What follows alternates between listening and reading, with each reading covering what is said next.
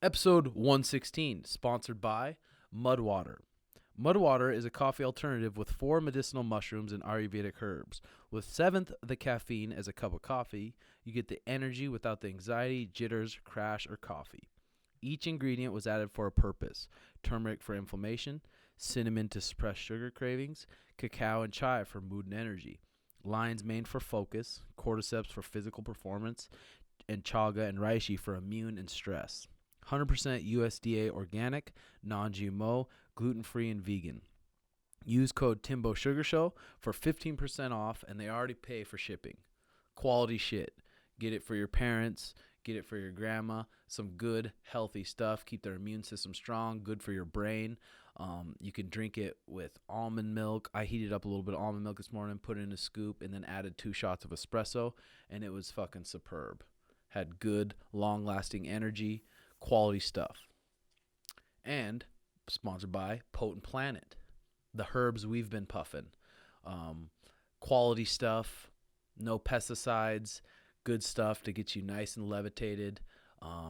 Potent Planet is our go-to herbs for now. We have our friend here, one of the most dangerous men in the world, Bryan Callen. Thank you. In town Good intro. for his Phoenix comedy special. Thankful enough, he came and did a workout with us, taught us some secret techniques. You saw that shit. I was telling Tim when we walked in, I'm like, that shit kind of hurt. Yeah. I was. I did what's called opened up on him a little bit. No. Yeah, we did some flow wrestling, some flow grappling. So you were saying your sensei would get pissed if you showed that? Yeah, there's a lot of stuff I can't show you. Well, that's secret. What if I throw that in my next fight? Should I not call you, say thank you to you? Yeah, just all you do is this. You look in the camera and you go like that. And you'll know. And I'll know. Okay. I'll know. Holy shit. Yeah. Okay. Yeah. So 2020, is this the first time you've went on the road since? No, I've been on the road. First time this year, though. I've been moving. Yeah, first time this year. But I've been I almost didn't take any time off. Just because and then I caught COVID, and then I got criticized for it. But you beat COVID. I beat COVID. But No Madame COVID will not be rushed. She took her time with me. She worked her way from my toes all the way to the top of my head for real. Like she's like, you're gonna take a seat, you up. and I'm gonna, and you thought you were impervious, so we're gonna take a seat. I'm gonna get into your lungs, get in your back, in your ass, in your feet, in your head. Oh yeah, my the back ass. of your head, the Oh front yeah. of your head. Yeah. He had it in the My ass was burning bad. Did you get it? Oh god. Oh yeah, it'll close things up, won't it? Oh dude, I would sit on ice packs, just sit on ice cubes. Yeah. Like within your butt. Did your whole family get it? No, just my girl. Sheesh. So where the hell were you doing shows all 2020? I was in Texas. I was in Arizona. I was in Indianapolis, Cincinnati, all over, man. West Palm Beach, Florida. Smoke. So your routines really Orlando. didn't change. I mean, everything changes, but not too much. I just stand up. You can't really. For me, I can't really take too much time off. I go crazy. You stop writing. You stop thinking about it and stuff. I think that's anything you're passionate about. If anyone takes time off of what that is, I'd go crazy not doing jiu-jitsu, not training. If you stop sparring and I would imagine your distance and everything kind of gets. You don't want to go in there and not have You got to keep it going. Yeah. Well, dude, lucky for us because most motherfuckers don't have jiu-jitsu, don't have comedy, don't have shit. They're stuck at home. They can't even go to the fucking gym. They can't go to a restaurant. That's my philosophy is that most people, especially men, I can't speak for women, but I think especially young men, you got to learn where to place your energy, right? So that otherwise what'll happen is you'll start spinning. If you don't know, like the minute I start feeling anxious or worried about something, I start writing. I literally take my brain and I stop looking at what's wrong and all I do is channel that energy. It's all fucking energy, and I channel it into the work. I say, what can I come up with that's original today? What can I do that's original? And if you have something you're passionate about that you're competing in one way or another, that's a beautiful thing. If you're a fighter, it's like are you innovating different ideas? Are you changing your game? Are you working at what you're bad at? That's a great metaphor for life, in my opinion.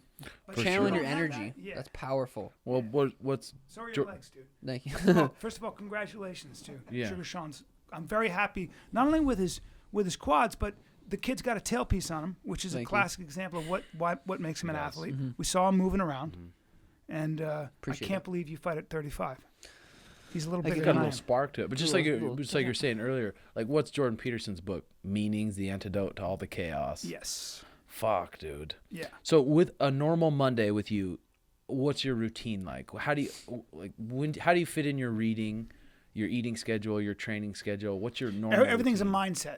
So for me, like I regardless of, so there's this idea that I got to wait till I get inspired. No, that's bullshit. It's like writers. It's like I wait for the muse to hit me. You sit down, the muse will hit you at fucking, when you sit down at 8 o'clock to write, that's when the muse hits you. If it hits you, you're lucky that day. What matters is daily attendance. Just show up. So if I train, if I go to work out, whether it's weightlifting or whatever, I just do it. I don't feel like it. I can think of I start yawning, think of 1,000 things, like getting into a cold fucking bath. But you just do it. And I hate when people talk about work ethic and you got to work hard and be disciplined. I don't believe in those words. I believe in inspiration. So you've got to get to why you're doing something. Like you always have to keep in the back of your mind or in the front of your mind what you're going for. What are you doing this for? Why are you doing this? Really, you have to ask yourself that. It's really important to ask yourself what you actually want. I know that sounds, but you have to keep checking in with yourself because otherwise, man, you just get into a routine and there's no direction. But if you have a real direction, the hardest thing is actually identifying and defining what you want because you have to face up to a lot of shit. It's weird. You have to face up to a lot of stuff because you start to realize my biggest thing was self-sabotage. I was really good at like fucking things up the minute things were good because I didn't think I deserved it. And that's a real thing. I've heard that. Come from It's your a childhood. real thing. Yeah, it came from who knows where it came from. Of course, I'm sure, but it doesn't matter. Because what matters is that you change that habit. You can go into the psychology of it. Awesome. You can have some dude who's amazing and tells you why. Yeah. Good. So now we figured out why, and that took me 10 years. I don't have a resume. No, I want to know. So this is my issue. More importantly is what do I want? If I have to actually really ask myself that, it's like, do you want to be a champion? That's hard to do. Most people don't feel like they're champions. You do. That's what makes you special. But that's really hard for a lot of people to that's a responsibility you have to take over. Yeah, for sure. It really is. It's a responsibility. That's a motherfucker. Most people don't want that responsibility. That's why when they get to the big fight, they're like, I'm more comfortable being second or third. Yeah. You see that a lot. That's human. You see that a lot. Yeah. For sure. But for your routines, like, because I think the first time I heard about you, I think was Tim Ferriss's Tool of Titans book. And then I started like looking I don't belong in that book, but thank you. Fuck, you definitely do, 100%. dude. And then went on YouTube and kind of searched around, and then I found the podcast, and I became a big fan of it. But like, so how much do you write? Do you write every day? Yeah, writing's a mindset. Fuck, So what I do is like, so people, I don't have time to read. I understand. Nobody does. So what I do is I listen to courses on tape from the teaching company, or I listen to books. I have them read to me as I drive around. Most people listen to music. Yeah. I just get, all it is ideas. I don't believe, this is the other thing is people think, well, he's smart because he's educated. Education's for everybody. All that literally means is an idea. Exactly like somebody teaches you an arm drag, somebody teaches you an arm bar. Exactly. All it is you just drill that, right? An idea that you hear that kind of gets you going that's simply all it is. It's just learning an arm bar. A book is an argument. A book is an argument for how you should fix something that's broken. What's wrong with the world? Yeah. And any book like this is creating an argument for, this is my argument for how it should be done because it's being done wrong over here. And they give you 1,000 examples. So books are for everybody. It's not, you don't have to be intellectual or smart. There's a lot of shame that surrounds learning. And no, dude, just listen to the book. And if you didn't understand it because your mind was, listen to it again. Yeah. And then pretty soon, like, you start to realize that you can build a framework. You can organize your brain. The world doesn't become such a mystery after a while. And you can listen to shit you want to listen to. Yes. And if you don't like something, find a new fucking book. Right. You don't got to force yourself to listen to something you don't want to. That's right. That's what I kind of felt guilty about. If I like started a book, I'm like, I don't want to read this, but then I kind of feel like, well, I should. There's so many fucking books. Yeah. Well, dude, all the stimulation, it's harder to be like, okay, I'm going to listen or I'm going to read a book because there's so much fucking stimulation. First it's of all, hard to do that. Most books should be 25 pages long. For real. And that's a fact. And so what happens is, but your editor your publisher will be like, can't sell a book for $29.99 or $19.99 when it's 25 pages. It's got to be 300 pages. People want to feel like they have a lot of, so they give you a lot of examples. That's the central argument. That's why Rogan's podcast is so important, because he has authors on and they give you the central argument. They give you their thesis. Mm-hmm. A thesis is basically the author's argument for how you should behave in the world. Yeah. Mm-hmm. And then they'll give you an argument. That's why his podcast is essentially, I appreciate podcasts like that so much, because people who otherwise wouldn't be exposed to the important ideas are. Mm-hmm. And again, we're getting smarter. We're getting more worldly. We're developing a broader understanding of what it's like to be someone else over there, or how to fix a problem that's been broken, or how to beat a bad idea with a better idea. Mm-hmm. It's all it is. That's what education is. Yeah. Education is supposed to teach you the difference between a good idea and a bad idea. The problem is education now is not like that. It's fucking. Let's get on YouTube. Yeah, well, YouTube is great and bad at the same time, but YouTube, you have access to everything. Yeah. You can learn everything, right? Your learning can be exponential. Do you have like a meditation type practice that you do? What do you use as that? No, I'm supposed to. I try, and I fail miserably at that, but writing is a meditation. 100% it is. Yeah, writing. Focus on one I think anything thing, if you can focus in on that. For me, we play pool. We got a new house, has a pool table. Playing pool is a meditation. Mm-hmm. Writing, I don't not enjoy writing. Sometimes I have to force myself to.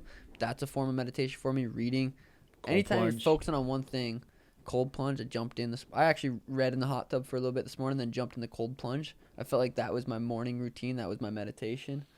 Yeah, but for you, fighting is like you. When I look at you, like you're such a fighter. And what I mean by that is, and you too. I've seen. You guys are one of the rare group of people. I mean, it's a rare fraternity who were willing to get into a ring and continue to get into a ring, into a cage, mm-hmm.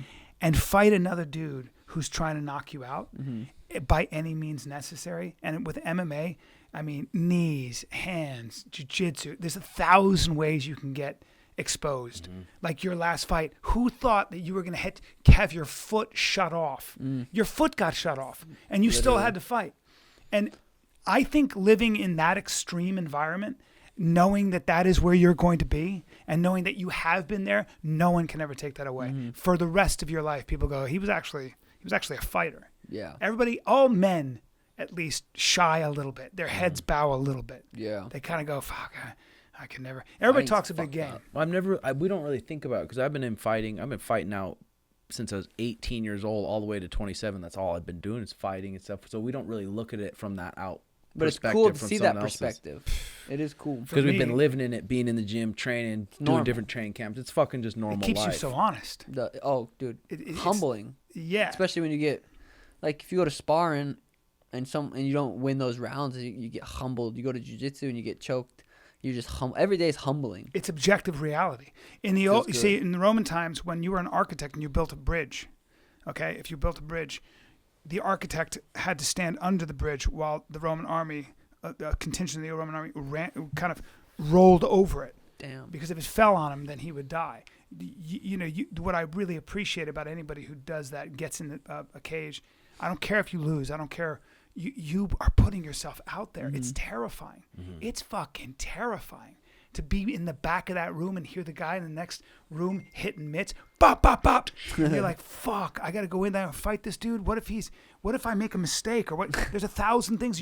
What I feel like when you're a fighter on the level that Sean is, and you've done the same thing, is you've got to master how to talk to yourself. Yeah. You got to master what not to listen to. That's a huge part of it. Well, dude, especially looking from the outside too, when you're looking from the outside when someone's fighting, they didn't go through the training camp that you went through. So that fighter, if you train the right way, you train for real, you put everything into it, you have this fucking sense of confidence, like you're going to kill a motherfucker. And yeah, and other people look at the outside like, man, how does he do that?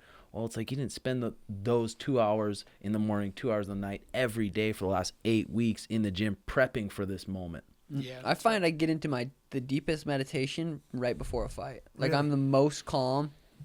It's almost creepy ever. With him, Bryan. He's fucking ice cold. I feel zen. Like, I feel cool. That's what zen is. I'm like, Because one of the reasons we got into meditation kind of is because to quiet our mind before a fight, and I do it every day, and when I get to the fight, it's just so focused on, okay, this is what I need to do. I can't do it until I walk out, so I have nothing to think about. I'm just chilling.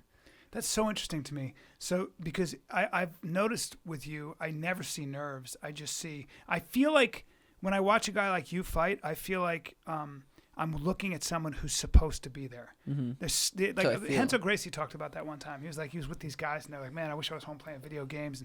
And he was like, there's nowhere and no other place I want to be than this place right now. Gonna fight now, He's like he loves it, and it's the same thing with you. Like I think it feels like when you step into that cage, it's like that's where you should be. You can see it on you. Yeah, it's just everything about you. Your fucking hair, the way you fight, the unorthodox shit you're doing. It's like this guy's on a D's. It's just a different thing. It just comes from, like Tim said, the training camp and doing everything right, from recovery to the training to the partners to the Dan Garner, the food I'm eating, my nightly routines, going to bed on time, tracking my sleep, working with. How do you meditate? What do you do when you meditate?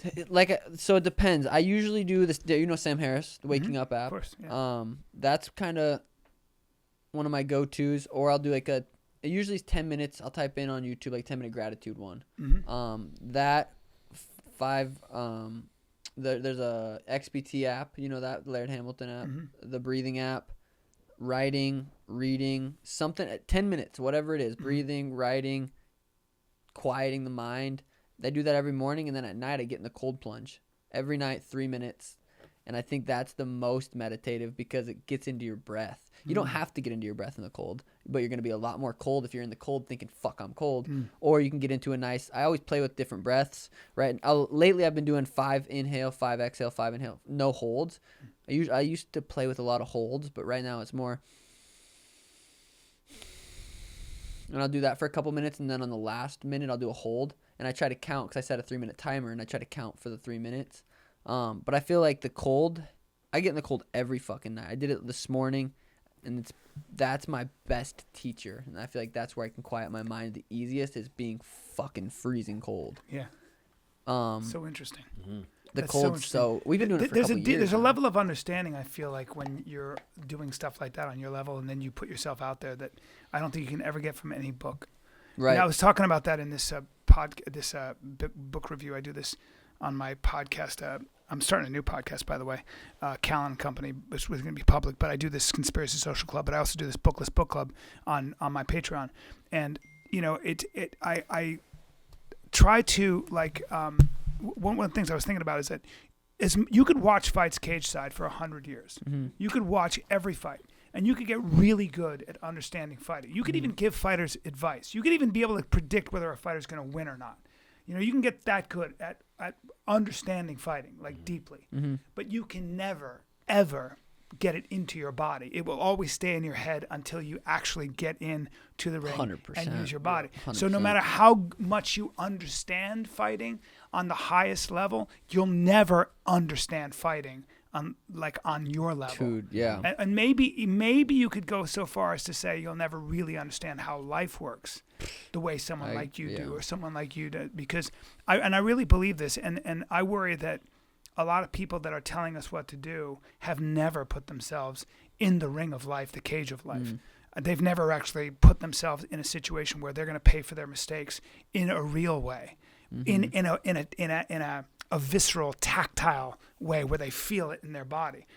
We are brains, we are minds. Yes, the mind is very important, but we're also cognitive, and part of cognition, part of understanding, comes from the feeling we get with our body. Our bodies are sensory too, and our bodies are very important. You'll never understand what it's like to be a woman until you've had a child.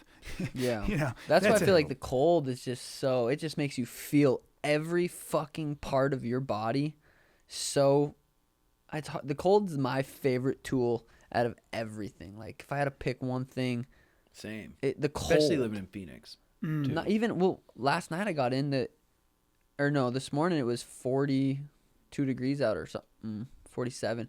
just the cold. It's scary jumping in the pool. So you get in there in the morning, like it's. I did this morning. Usually I get in there at night, but at night it's dark because I jump in the pool. Right now the pool is cold enough to work for a cold plunge, but we do have our ice freezer chest that we plug in the summer. That shit gets cold, but jumping into the cold when it's dark out, it's low 50s, high 40s out. The moon's out. You're just like, why? Every single night I go, why the fuck do I do this? Danny does it with me. She does it with me every night too, and she's a fucking beast. But it's, and I was wondering like, why are we scared? Because you feel fearful to jump into the cold. Yes. I'm like, we're not gonna die. We're not gonna drown. The cold makes we're me scared a coward. to be cold. Yeah. But I'm like, I just can't understand why. Where does that come from? Why are we scared to be cold when we know we have a hot tub we can get in after? We have a towel. We have a house we can go into. But you're just like, I think it reminds you of how shitty dying can be. Yeah. Like when we went, me and Joe Rogan went hunting in Alaska. And we dude, scary. and it was raining and you'd get wet and in the morning you'd just be shaking and that terrain doesn't give two fucks about you and there's something, it does make you it makes you sad because it makes you a coward. You're just like, I'm so vulnerable. I have no fur on my body. I'd rather be a corgi. I'd have a better chance of living than this shit. Willingly making yourself that fucking uncomfortable every night. You know that's going to be uncomfortable as fuck, but you're willingly going to do it, and you're going to counter all those thoughts in your brain. It gives you a exercising self-confidence, that, though. Yeah. Exercising that every single night, conquering that inner bitch every fucking night. I get out of the cold and I feel so I'm like, ah! Like I scream, like just feel like a fucking beast because I did that, knowing how bad I didn't want to do it. Do you spend 3 minutes? 3 minutes, yeah. And that. Hell yeah. Because one of the things I noticed about an ice plunge is that when I would do it, once I learned that you go numb, it's just the initial pain sucks, and then you're like, fuck it, I'll stay here for 20 minutes. But that's it, dude. Yeah, I think it just helps you get in your mind and body. It helps you kind of become one rather than because if you're in the cold and you're like, man, this is real cold, it hurts. It physically hurts to where you're like, I need to get out. But if you can calm your breath down and calm your mind down, you realize it's okay. Yeah, just calming. Question I had for you, like when it comes to like reading scripts, when actors always talk about like reading scripts, they read the whole scripts. Like, what does a script look like? Does it have every single line of yours in it, of every actor, and you read that too? Script is just a story, and the difference between a script and a book is that there's a lot more white on the page. Script is basically, movies are visual, right? And so it's a lot more show don't tell. With a book, you get into narrative, you get into the mind of the character and stuff like that. You can't do that with a movie. You only have an hour and a half. So it's dialogue. And a lot of times the dialogue is hiding something. If it's a good script, the dialogue isn't what it's about. The character may be saying something, but they mean something else. A good script, a good movie, if you think about it, the character is... Anytime you have a hero in a movie, I'm talking about a good movie, that hero, that character wants something. They want something in the beginning of the movie. There's a desire line. They're after the treasure. They're after the money. They're after the girl. She's after the guy, whatever it might be. And there's this pursuit. And usually if it's a good movie, in the end, they give up what they want. They don't get what they want, but they get what they need. And that's a difference in human beings. What you want versus what you need are two very different things oftentimes, I think. At least that's John Truby's argument. And if you ever want to be a writer, the first book you should read is The Anatomy of Story by John Truby. And he breaks it down on a level where I was like, God damn, but it's so true as a human being. It's kind of like, that's why fiction, Jordan Peterson talks about this, and I couldn't agree more. Fiction is a deeper truth than anything you could read that's nonfiction. If it's good fiction, the reason it sticks around and it has so much to offer is because there is a truth to it that resonates with the human condition. And I don't give a shit if you're an Inuit in Alaska or you are, a cosmopolitan, editor of Vogue in New York City. There is something about great fiction that highlights not only the human condition, but that is universal. It highlights the universal. It highlights something we can all kind of understand. And that's teaches you about who you are. It's a weird thing, man. But you like fiction?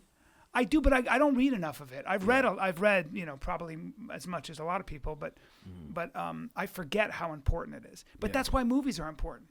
That's why movies actually are. If it's great movies, they teach you a lot, right? Fuck yeah. You know, when they get you, they might even I'm sure there are a lot of fighters that saw Enter the Dragon or Rocky, or whatever those movies were, and they were like, I want to be a fighter. I want because there's something about I may never arrive at what I think I'm going to do, but the reach is what matters. 100%. You know what I'm saying? Yeah. It's really important. Like one of the cool things about human beings is the idea that I have the potential. In my mind's eye, I can see perfection. I'll never reach perfection, but I can see what it is. I might touch it. You may have moments in your life where you literally, like there was this Muay Thai fighter I was watching, I can't remember his name. The motherfucker could ride your shots. You would punch and he would go like this. He'd lean just back where the punch, he could just, here we go, bop, and come back. He'd stand right here with his hands down, and you'd go kick him, and he'd just check your kick, and then move back, and then bop, bop. I can't remember his name, but I was just watching this highlight reel on him. He had some moments, and you have too. Yeah. And then you chase that shit. Yeah. The yin and the yang, though. You have perfect moments, then you have bad moments. Do you just have ride that days? shit. Do you have days when you spar and stuff where you feel completely off, or no? Yeah, I don't really spar anymore unless it's in fight camp. I only spar in fight camp because my brain is the most important thing now for me. And I've ever since 16 till probably 22, 23-ish, it was sparring, fighting. Now I only spar in fight camp. But even like days of jiu-jitsu where we're going hard competition jiu-jitsu, because you can go 100% when we do jiu-jitsu because I'm not going to get brain damage. I'm not going to get hurt. We tap out if something happens. But yeah, there's days where I'm just like, the fuck? But usually I can tell it's okay. Did I sleep good last night? Did I overeat? Was I in my head this morning? Did I have an argument with my mom? That if I'm having an off day, it's because there's something going on. That's so interesting, right? Yeah. Because that's another thing about trying to be the best at something. You can't have excess mental baggage, which means your life has to be in order. And that's the other thing that I really appreciate about trying to get really good at something. You're not going to get as good as you could be if you have bullshit going on in your life. If essentially you're lying. Right. You can't, if you're lying about anything, and we all have been there. We've all been there. You might be in a relationship, which is a lie. Happens all the time. Might be in a job, which is a lie. It happens all the time. There might be something that's bothering you. You're not being honest with somebody. That's a fucking lie. And until you get that stuff, that's why confronting those things is really important. It's like, I call it completing the circle. Where you just all your relationships are good, man. It's all good. We're here, man. We've all said what we want to say, and these circles are all complete. You got incomplete circles, man. Damn, it's so hard to do anything else unless you're a sociopath. Right. But for the most part, yeah. Right. He's looking off. I don't feel anything. I kill people. I'm different, but I don't like.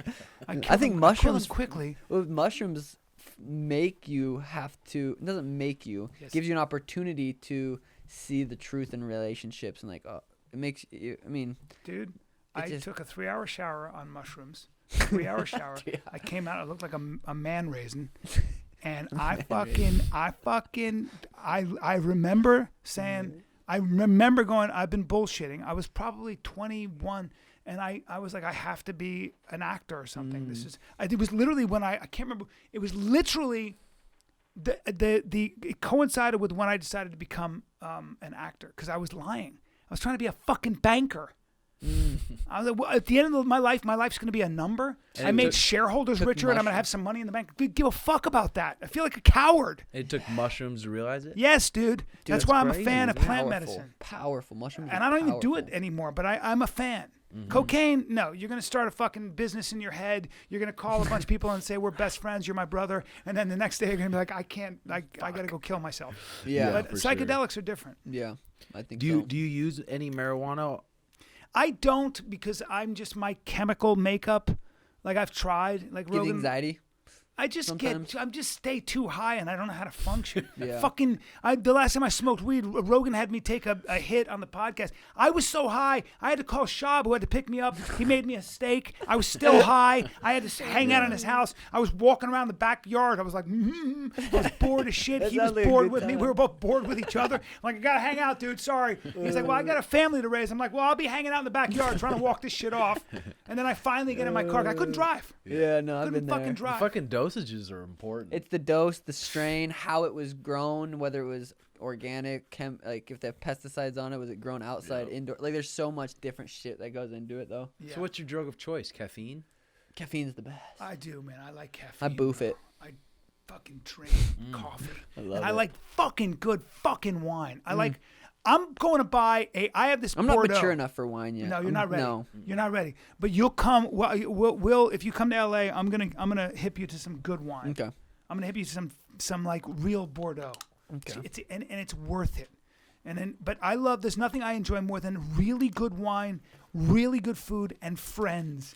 I want to talk. What I really want to be is a gentleman. I love rolling with guys like you, like real professionals, where you guys, flatter me by flow. You flow with me and letting me get my arm drags. I looked good, dude. But look for the sick. record, if anybody sees that video, I looked damn good, and it's because they let me. I don't look think good. that's Let's be very honest about that. And I could feel it. I was like, I love these guys. They're just faking. Dude, Some of those entrances were nice. I was impressed that you came though, because you have no idea what pace we're gonna go at, and Yeah. we're two professional motherfuckers. And Yeah. you came to come train with us, and you said, Yeah. "All right, I'm in." Well, I watched your 100%. Instagram. I was like, this guy's a fucking beast. I'm watching you like shoot doubles and singles. I'm like, oh god, your fucking neck and that giant head. And I know all about him, so I'm like, this is gonna be Fucking fucking little toothpick hilarious. spinning. And then you roll up, strap up. You didn't even say, "Hey, let's go light," or I didn't hear any inner bitch. You said, "Let's go." No, of Yeah, course, that yeah. was fucking sweet. sweet. That was Yeah, sweet. you gotta go. You gotta was go. sweet. You just stay relaxed. I mean, now I'm dealing with two guys who can do whatever they want. So it's like, No, that was fucking what fun. am I gonna do? That was good. And guys who think any actor who thinks my favorite thing is when actors are like, yeah, I sparred with those guys. No, you didn't. No, you didn't. And no, you didn't roll with them either. They moved around with you. Let's be honest, because it's not your job. So shut up. Dude, acting would be so. When I watch like anything, I feel like every time I watch them on Netflix or anything, I'm like, acting would be so fucking hard. Dude, I think comedy harder. Yeah. What do you think? Fuck. Acting or comedy? But you're a black belt in comedy, so like from your perspective, it's a No, little comedy different. never gets easy. I'm about to throw away my entire act. Like I'm going to shoot it, and I'm going to put Tomorrow it out on night YouTube. or when? I don't know. Tomorrow night I have a camera crew there, but I'm gonna do. I got a show tonight. I got 2 shows tomorrow, Damn. and I'm done with my entire set. I just want to fucking be done, and then I have to go back to the drawing Restart. board and start all over again. And so in that sense, what you have to do, what sucks about that is that now I have to come up with something new to think about. I have to mine like what I'm actually thinking about, what worries me, what I'm afraid of, all that shit. Who am I pretending to be versus who am I really? All those personal questions. How do I want to die? What do I want to say when I die? What do I think want of that. not want to say when I die? All those questions. All those. What am I ashamed of still? All that shit. Yeah. What do I really want? What pisses you what's off? the central? What's the primary question in my brain all the time? Well, what the fuck am I doing? Why am I 53 still training? What am I doing? Why am I learning how to move? And keeping my chin down. I'm watching Sean. I'm like, okay, he's doing this. Maybe what the fuck am I doing? Like, am I really gonna get in a fight? No. So what is the No. insecurity? I'm not getting paid to fight. Certainly don't compete. But I come over and I drive a half hour to come roll with you guys because I'm excited. Yeah. So what is it about that? So that's really what I've always been preoccupied with. How much of it is professional comedy is just being comfortable on stage, just being comfortable up there? I don't like comfort. I think you should always be a little uncomfortable, and I think you should always be a little dissatisfied with yourself. I think we're taught that you should love yourself and you should believe in yourself. Don't know what the fuck that means. Also, I don't hand believe job in myself Jack. every day. Yeah. I'm like, I love my yeah, job. yeah. Believe in yourself. All right, so put me in the ring with Sean. Believe in it. Or with you. And go, hey, Bryan, believe in yourself. They're going to go full. Just believe in yourself. You'll be fine. Cool. I'll go to sleep now. What the fuck are you talking about? I'll believe in myself. You give me 10 years in a time machine and I can train with really good guys. Then maybe I'll be like, all right, I'm ready. I understand the language and stuff like that. So, but you confidence comes from practice, skill, and by the way, good tutelage. Mm-hmm.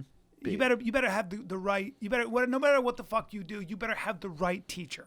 You better be studying technique properly. It's like my buddy Tony Blauer says: be careful what you practice because you might get really good at the wrong thing.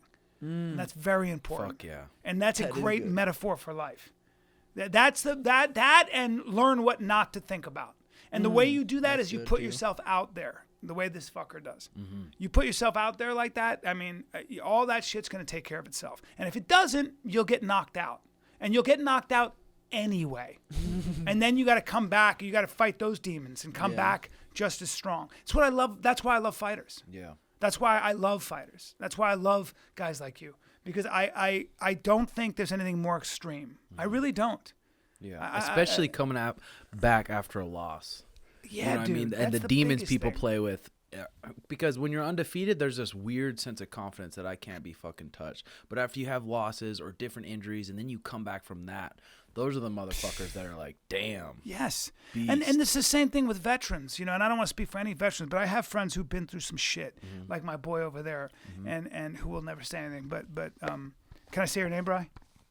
Yeah, Bryan Callen, who has his own school in Nashville, and a guy like Bryan will never tell you anything. Bryan would never volunteer, but he was Army, and he went through a lot of shit, and he was in Iraq and with all that shit that goes on, and my buddy Andy Stump, who was a SEAL Team 6 guy, those guys never say anything, but there's something about going through and being in the round and being in the mire, in the craziness, in the breach, or whatever you want to call it, and contending with, like, I've heard these SEAL team guys, for example, who are in this extreme environment where it's life and death and shit. You can get addicted to that right quick, by the way, and you can get real good at that, and you might even start to enjoy it. The problem is when you come out into civilian life, how do you take care of your wife emotionally?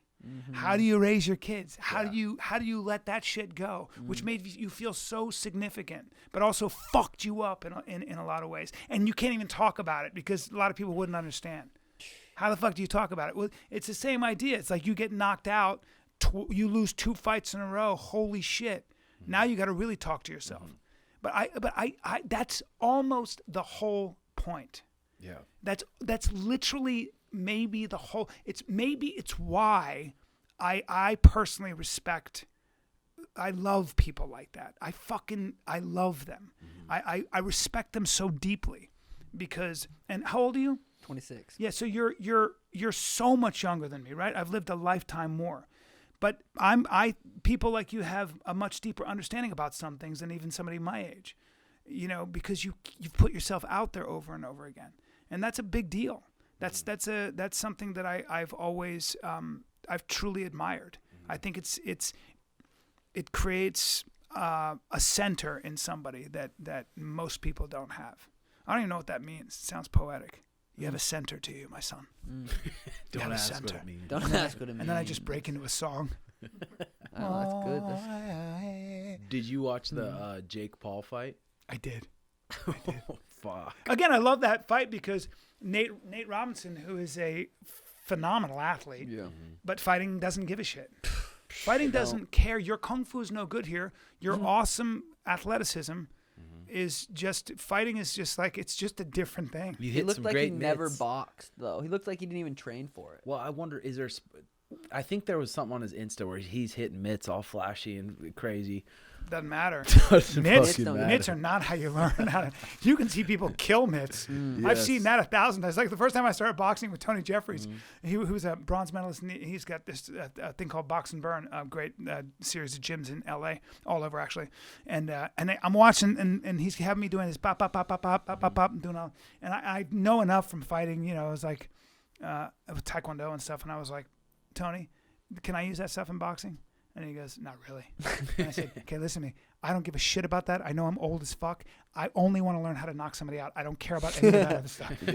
And then, of course, what are you learning? 1s and 2s and maybe a hook. Good luck. Try. You know when I tried doing a fucking uppercut? That like that, bang. You know when I tried to slip somebody's right and gang. You know. Yeah. Or my favorite was trying to go to the body. I would like literally like my buddy Coach Anthony has got this fucking great YouTube channel where you can like learn all kinds. He's a real boxer and he works with Devin Haney and those guys. And I would like literally email him. I'd be like, dude, when I want to hit to the body, and he'd teach me certain things, but it's fucking so hard. Going to the body. It's so hard. Mitts are not going to help you. They're good, but I mean, if you want to They'll give you an idea. If you want to learn how to fight like him, It's timing. All that shit's timing. all The timing, slips, right? the going to the body. It's all timing. it is. It's all that, right? It's all timing. Yeah. I mean, and like Connor, what do you say? Timing beats. Timing and precision. It's timing and speed. Who is the fighter that most impresses you? Their fight IQ and all that. I'd have to say Izzy. His fight versus Paulo Costa was beautiful. That was a good performance against a strong fucking striker, like a scary dude. That was a good performance. Khabib, just how he can do the same thing over and over and over to the best guys in the world. Transitions. There's those top dudes. John Jones, he's fucking never lost. Who impresses me, dude, is Masvidal. Masvidal. What does he have? 16 losses. I love Something that like guy. And he's still top of the fucking food That's chain, cool. dude. I love Those are the fucking guys sweet. I'm like, God damn. Gilbert dude. Burns. Yes, he's a motherfucker too. There's dude. some So many motherfuckers. good guys. Colby Covington's a fucking animal. Logan Paul. Animal. What the? Hey, wait a minute. Huh? Dude, Although Logan Paul and Jake Paul are athletic. Dude, they are. Big. They're Logan's athletes. a big kid. Is he was big, big. When you sent that fucking big picture, when you athletic sent kid. me with the picture of him and Brendan, Oh, Brendan's yeah. a big motherfucker, and he Brendan's was huge. standing next to him. I'm like, oh shit. Yeah, Logan is. His legs aren't like Brendan's. I mean, he's not. Right. But Logan's probably. I mean, both those kids are big, They're big dudes, athletic yeah. motherfuckers. I was at a shooting range with Logan, and I was shooting, and I shot this. I was shooting the target, and I clipped a dove. Mm-hmm. I clipped the dove in the wing, and I didn't see it. And the Terran, the guy who owns the thing at Terran Tactical goes, wait, you clipped a bird.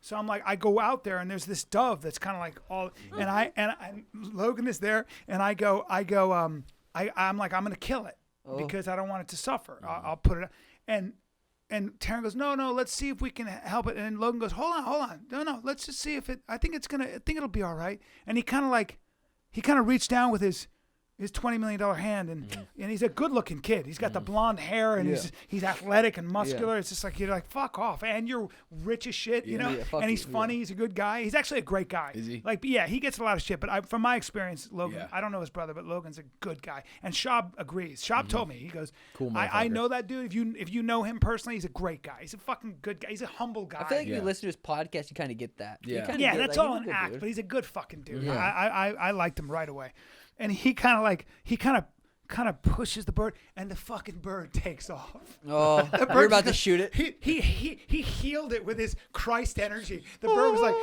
and it just flew off, and I was like, "Fuck, dude! Congratulations!" Damn.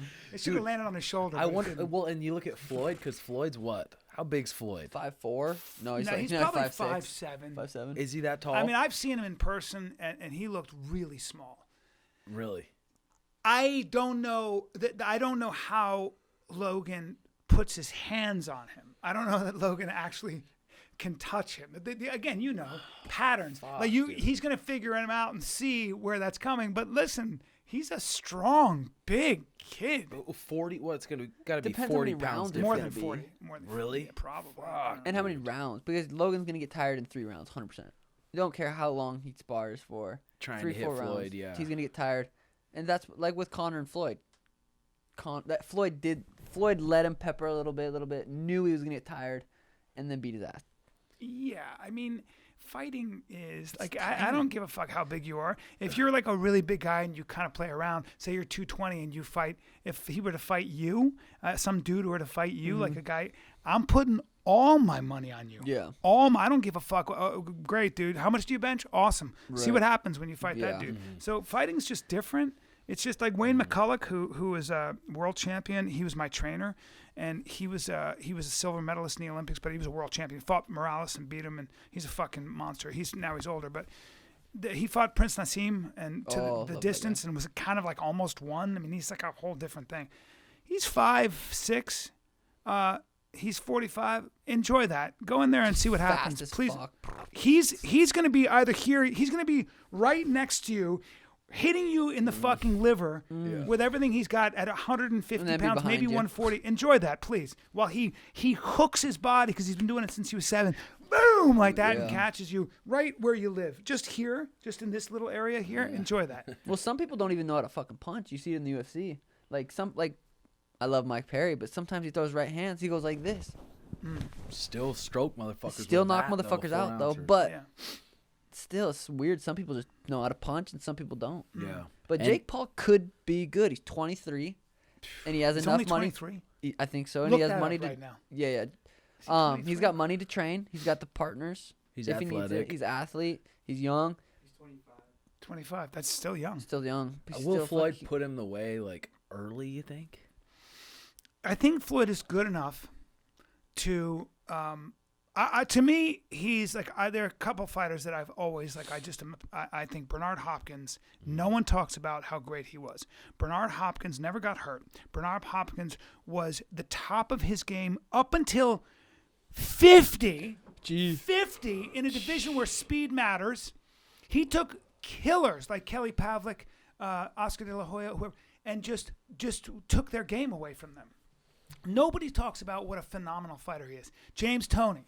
If you want to understand how to roll shots, how to be able to see and ride shots, where he would literally, he would just that Philly cross guard, that crazy, he just like that and just boom and come back.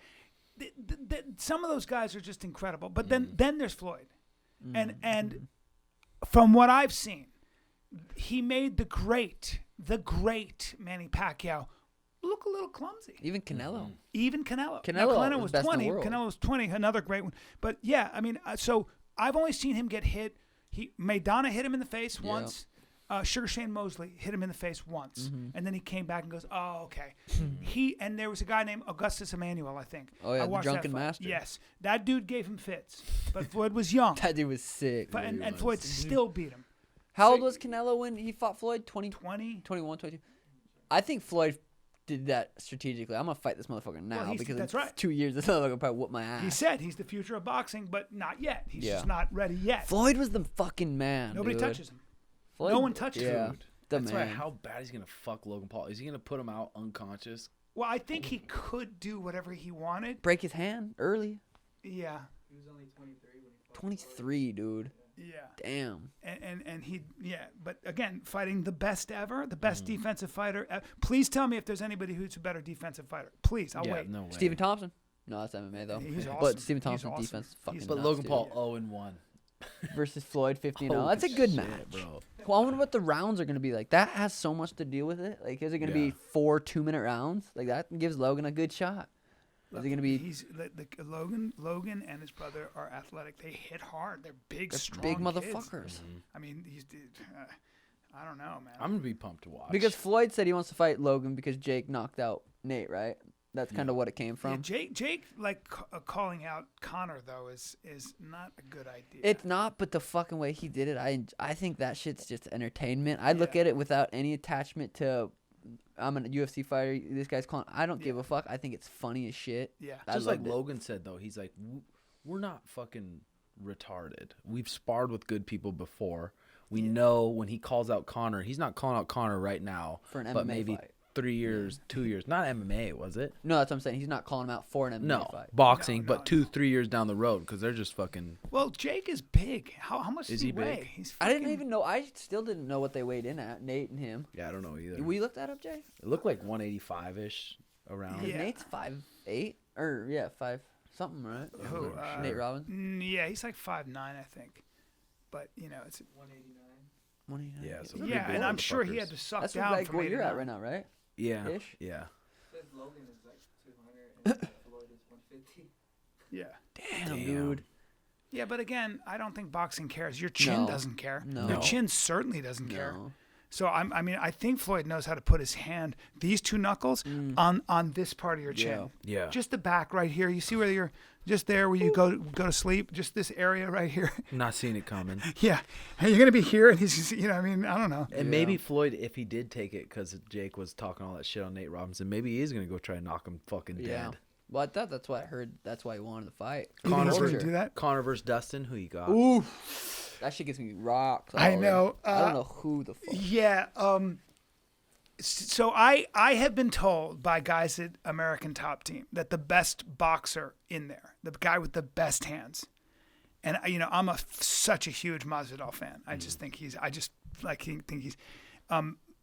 like a guy like you. Just fight. Some people are just fighters. It's not even athletes. They're just fighters. Like this fucker, like Masvidal. Certain guys are just so game. But I have heard from very reliable sources that the guy with the best hands is Dustin. Like I believe that. Dustin's hands are so sick and they're so good. So, and you can see it. I mean, When this he's is not- Justin Gaethje just piecing him the dude, fuck he's up. a fucking Dottin. yeah. I mean, So I'm so excited about this, but please understand that I think the guy who can ride your shots and stand just at the edge of the pocket better than anybody is a guy named Conor McGregor, who has the highest fight IQ. And people forget how well he did wrestling against Khabib for a long time. He kept Khabib from closing his hands. He was working with Dagestani guys. He kept Khabib for a long time. He was controlling that one hand, and he kept him from, closing his hands. He did really well for a while. Yeah. Nobody's done that well against Khabib. I don't think Dustin had no plan on taking Conor down, though. Well, and Conor's been working from what, again, I don't know, but I hear these things. He's been working with the best wrestlers. He's been working with, a lot of those Dagestani guys, those Azerbaijani guys, all those guys who play, they play Greco. They do all that Sambo and Greco stuff is not folk wrestling. It's just different. That's why people can't keep up with Khabib, because of those transitions. He does shit that they haven't seen before. That Russian wrestling is a different thing. It's international, like international wrestling is that freestyle shit, but especially Greco shit. It's a different game. It is. It just is. So he's doing shit that and it's the transition. So you counter here, he goes here. It's like, so who he got? You don't see it. You're so killing me with this because I like Dustin. Dustin's my boy. I know. Who do I got? Who do I want to win? I want Dustin to win because, but you're fighting. I think Conor. What makes Conor so great is his ridiculous fight IQ. Yeah. And also he seems to come alive in the big games, in the big fights. He does. Like Sugar does too. Yeah. I don't know. I just fucking don't. I can't. Another how do you put your money? How do you not bet against? Because Conor and they're both the same size. Yeah. They're very similar. Well, how can you not like Dustin, the coolest motherfucker, Love bad him. motherfucker? Love but you him. want to see Conor win and just go crazy and talk shit and just make a show. But he doesn't do that Set anymore. up another super fight. Yeah. What about Max and Calvin Kattar? That's one's been tough for me to think about. First of all, Calvin Kattar is so good. Fucking animal. Another dude who he reminds me. Correct me if I'm wrong. I don't know, but his style is very similar to Dustin's. Like he's just a really. They sit and throw bombs in the pocket. Yes. Yeah. And he's just so talented. And he's not. You look at him, and I think he comes from a really wealthy family. Like he's one of those kids. I think so. I've heard that or whatever, but. I don't know, man. He's just so He's another one. He's a sleeper. Nasty. Dude, he is a sleeper. When he knocked out Jeremy Stevens with that elbow. Yeah. Now, I personally think, like Zabit, nobody ever talks about. I don't know. That Dagestani 6'2" fucking. Yeah, what he's has he been up to? Motherfucker too. Well, nobody wants to fight him. Was his last fight Calvin? It was Calvin. He won the first 2 rounds and then got worked the 3rd round. I bet Ryan Hall would fight him. Yeah, Ryan with those. Nobody can figure out. Kenny Florian was telling me that he rolled with Ryan Hall, and at his school, and Kenny was like, you may as well be fighting water. You may as well be rolling with water. Like I just said, like it's like trying to contain That's sweet. It's like, here you go. Where'd you go? I mean, it's just That's fucking sweet. Yeah, it's badass. I mean, so give us one of your street fight stories, please.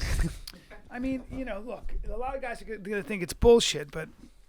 Surrounded by these Russian guys, and I fucking pulled out my machetes. I'm at the bar. Yeah. Has anyone ever stepped to you? No. Fuck no. There's no way. No. I had a guy slap me in the face. After my show in Canada, he was a big guy, and he slapped me like this, like because he thought I was like. He goes, he poked me. He's big. And he poked me really hard like this in my chest. He was out like because the girl dragged me over like this, and my boyfriend or my boss wants to say hi to you, and he owns a big trucking company. He's a big, handsome guy, but like a rough-looking guy. And I stood there, and I was a little younger, and I had some energy, and he poked me in the chest really hard, and he paintbrushed me, and. I got so fucking. I went. And I think I underhooked him and clasped my hands like that, and I stepped behind him and I knee picked him. I just kind of grabbed like this, and as I knee picked him, I pulled his ear. I went, yes, and I go, love you, and I went, and so I went up here and ran here, grabbed here, and as I stepped behind him, and he was so big, and I let go, grabbed his ear, and went. And yanked him down, and he kind of went. He didn't really go down, but he crashed into the person with the tray that was walking by, and he went like this, and I went, I slapped him. I go, like, gauge. I go, yeah, like that. Just fired up. I was so, I had to do something because I was That's just, perfect. I was so outraged, but he couldn't prove that I was doing anything. That was, Me. I didn't want to fight the guy. Yeah. So it just was so awkward. I was like, yeah, good, all right. And he bought me drinks. They were sending me drinks, and I don't drink enough. So I go, listen, but just tell him I want to. I can't remember what I said. I said, give me a vodka spritzer. shot. And I had the waitress put water instead of vodka, but I think he was being charged. So I was like, all right, man, more water. You know. Pulling on his ear. Yeah, I remember I yanked his ear because my buddy Kieran was teaching me knee pick. I was learning fucking knee pick because I'm an idiot, and which is, I've never really done, but Useful though. Obviously. it is. Yeah. You It step was. behind the foot and just turn, look this way, and kind There you Well, go. yank. of that Valentina Shevchenko kind of shit. Fuck yeah. They call me the male Valentina. I can see that. She's fucking impressive. She's a How about scary her? chick. She's. I find her so sexy. Oh, I I do mean, too. I like her. I love her. I think she's so hot. I I think she's so hot. Rose Namajunas, another one. I just love. I was cute. just with Paige Van Zandt. She came to my show in Wow. West Palm Beach with Wow. Thiago Alves, who's my boy. Wow. What about Joanna? She's gorgeous. Her husband's great, Austin. Is he? I've never met Fucking him. great He's a guy. nice guy, Just yeah. a great guy. And it's so funny. You feel these guys. You're like, oh, we are made of granite. Rock. But Paige is just beautiful. Oh, and Joanna Young J when chick. her I head like was her. blown up, Oh God. that was hot. One I'd of the still best kiss her. fights. I thought that was one of the best fights I've ever seen. I don't know. Her and what's her name? Wee J. Wing Ching Ling. I like Yeah. Li Jingling too. I like Ling her. Ding Wing. What's her name? Wee J. Wei Ling Jingling Yang. Zing Zing. No, it's Wei Li. Wei Li. Yang. yeah. Listen, you racist Chop. bastards. Get her fucking name right, all right? I won't have this That's shit. one of her But names. I told her she's cute. I think you're really cute at the UFC, and she's. Because I fought that night. Oh, that's She kind of gave me a little squeal back. I don't know if she I I likes think it or she's not. cute too. I like she's her. She's kinda- she's very. I saw her When next, she's out of camp and she's thick. dude. I like her. I like a muscular woman. Mm-hmm. Because I'm probably a Muscular little man. bit gay. Yeah. But feel I mean, Shaba's always made Muscular fun of me. woman. Yeah, I like a Like girl Cyborg? with I like a girl with like a strong legs, A big good back. a good back, a big dick. I love that. And a beard. Oh, I love a beard. A nice trap. Ah, dude, cute If- traps. I like a man who identifies as a woman. Like There this you is go. what I'm trying to say. Because I respect that. So if you got a full beard and tattoos, That's good. yeah. shit. That's good shit. What are we right at, there. Jay? 55. Oof. the fuck, guys? I have a kung fu class that I'm Oh, fucking shit. late That's to. prime And time. And then I have a dude. step class after that. Dude, thanks so, Hot so much yoga for coming after. to train with us, Yeah, that brother. was Dude, it was an fun, dude. honor, That man. was I was so psyched that you hit me up. Dude, and you anytime hit you're in me up. Phoenix, dude, we'll do that. That was fucking fun. I loved it. badass. We'll Yeah, do we'll some get a flow session. jiu-jitsu and hit mitts, and I'll look good. Yeah. Did you get all that shit on camera? Yeah, Him I want that fucking us all up? over the fucking internet. TMZ. Do-do-do-do. Exactly, Bryan Callen. But we're gonna go to your show tomorrow night. Dude, That'd be I'm fun. pumped. That'd be Please. fucking awesome. please, 100%. I'll set it all up. Bring Yes, who you sir. want, Let's do it. I'm down. Fuck and I'll yeah, make you dude. laugh. Okay, Blacked out. episode 116. We're out. Doses. Peace.